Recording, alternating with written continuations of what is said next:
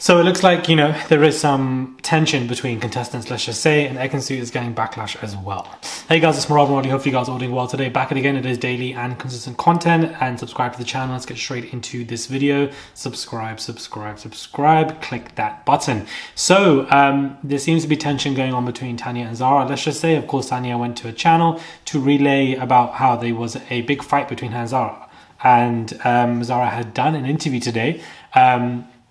Great timing, by the way. Did an interview to basically say that, she didn't expect to hear that information be revealed, and, was just not really feeling the fact that it was revealed, and how there was a specific time at movie night when, a clip of Zara and Shaq was shown, and apparently Tanya said, I'm glad you didn't get back with that girl, and, she didn't like the fact that she was referred to as that girl. Basically, she didn't like the fact that, the information was revealed and didn't even expect it, and definitely it just, not annoyed, but she was just like, didn't expect it and was irritated. So, there definitely was some tension that is growing, between them two.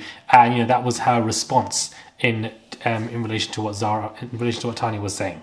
Ekin Su is receiving backlash. She put out a tweet and Instagram post where she reflects on the fact that, saying that men won't take women serious if they don't cover up, and if they're showing too much skin, then you're basically going to be seen as somebody that can be used for a good time rather than to invest their time for dating and marriage and engagement, and that you're basically kind of worth more to a man if you're not showing skin. Now this of course rubbed people the wrong way. They were saying, well, you were on Love Island, you were wearing XYZ, you were doing XYZ, it doesn't make any sense, and people were really bothered by it, calling her pick me. People were tweeting or commenting saying that it was unnecessary, what does this even mean, or the delusions, what a lot of people were saying, and it definitely caused some backlash her way, and yeah, just wanted to give you an update on that in terms of what was happening. There are other stuff going on when it comes to Love Island Winter, but I was thinking about it today, and I'm not checked in anymore. I'm checked out of the season completely, and that also means I'm checked out of the post-drama. Normally, I'm quite invested when there's post-drama between contestants, but I just feel like the interest of post-drama post-Love Island season has died down very quickly for me this time than last year or the year before. I just feel like I'm not actually engaged anymore when it comes to what's going on. For example, Casey is apparently, seen in pictures with Claudia, and people are saying, oh, they're going to get back together again. I don't care. Like, get back together again, get married, child. I'm not invested. I do feel like he's just kind of being more seen with her and left Rosie because she has more of a following. As shallow as it sounds, guys, we're living in a Black Mirror world now, and your value in life is based on your metrics, unfortunately, and there are people who don't have enough followers, and therefore they're not going to be valued as much. So I'm just checked out. I also do think that the interview with Tanyel, the whole Tanyel, Zara, Olivia triangle of mess, I'm checked out of as well. I'm not as interested in it, whatever these guys are doing. I do think they have a right to respond, and I do feel like, Olivia is more of a mess in terms of than Zara and Tanyel. I do agree with that, but I just feel like the back and forths of them shading each other either on TikToks or interviews or podcasts or etc.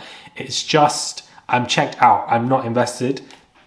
It's not something that, appeals my eye. And at this point, I'm just ready for the next season. That's just how my mind is. I don't know if you guys agree or disagree, but I feel like the drama has kind of run its course in general. And I'm just not really interested about whatever drama's going on. Like, I don't know. Like, I just don't care. Like, I'm really not. So I do feel like, when it comes to Tanya and Zara, in general, as an islander, when you keep speaking about other islanders, or and this also applies to Olivia, the interest then becomes limited because you're only speaking about very specific conversations. And rather, I wish people would interview them and actually ask them questions about their life, who they are as persons, humanize them. Let's get to know you as a person, not you and your value based on your beef with somebody else, because then we can get to know you further down the road. And I think that is what should happen for people to be more invested in them, to help them kind of build their careers and become full-time, because I definitely feel like both Zara and Tanya have the potential to do all of this full-time, absolutely. And it's a shame they both were dumped early on, but I just feel like I don't know. I just want something else. I'm just so over this Olivia stuff. I just feel like it's all just boring to me. I've noticed that a lot of islanders themselves are now releasing their own podcasts and are interviewing people themselves. And this wasn't happening a couple of years ago, and it's only happened in the last year and a half or so where they are beginning to do that. I do think it is a great move. And I think that, some of these people who are doing this are looking at long-term investments. That is what you need to look at, because then, if you have something like this, you'll be able to speak to people and etc. Some of these people who are doing this stuff, I personally myself have some of the interviews that you guys love and see. I've advised some of these people to get onto it and start doing X, Y, Z. And I kind of guide them because I feel like that is just basically what you kind of should be doing to an extent. And I think that it is very clever and something that, people need to do. As I said, as an islander, especially coming out of the show, if you want to be a full-time content creator, it's not easy by any means necessary, but you need to be not only consistent, but you need to be creative in what you're saying and what you're talking about. Like, you need to be very creative. And going down the very specific fashion fast route doesn't apply or work anymore. And I know that all of these islanders are going in there wanting to make this a full-time gig. That's what they want. And if that was offered to them, they would take it. They wouldn't go back to their normal jobs.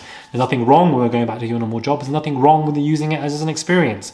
That's absolutely fine. But if you want to make this a full-time gig, you need to be creative. And I just feel like contestants who speak about beef between islanders, etc., it's a short-lived investment. It's not something that people want to be interested in continuously. People will get tired over it, bored over it, and will no longer be interested and will just move on. So I feel like things need to be done differently, creatively, and I think that, yes, TikTok is a great place to be on for exposure, but I don't think it's a great platform to be on for a long-term investment if you're doing that just alone and nothing else, or TikTok and just Instagram. I feel like you need to be on all platforms and you need to be offering something different to the table that people haven't seen before, because not a lot of brands this year, if you guys have noticed, are picking up these islanders for fashion related deals. There's not many that's going out there.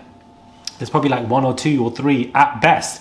Even last year, when we had one of the biggest seasons, only one guy got a fashion deal. So I just feel like even as the years go on, deals are being limited, restricted, and you don't get paid on Instagram. You've got to have brands and you've got to depend on them, especially also on TikTok as well. So it is difficult and it's not easy. So I just hope and wish that these islanders who do want to make it full-time get to that position in life and thrive in their own creativity and don't follow specific routes, and don't also be clout chasers as well, because that is also quite evident for people to see. And again, just being a clout chaser, not that I'm saying anyone is in this video, but just in general, it's a short-lived investment. It's not a long investment, and that's not how the social media game works. People think it works in that way, where you follow the people with the most highly followed, or you want to be seen with them, or etc. Like, you got to bring something to the table yourself. There's more to it than that. So yeah, I don't know why I'm doing these advice videos this day and age, but I love Island. I don't know why I'm even in this gist, but I just wanted to give you guys a compilation of some stuff going on. Yeah. Anyways, let me know your thoughts are when it comes to this quick video. Some of my videos are coming in the evening. I'm just fasting, and for some reason I'm just quite tired during my fasts now. I don't know why, but this year I'm just so tired. Anyways, let me know your thoughts are, and I'll catch you guys soon for another daily and consistent video.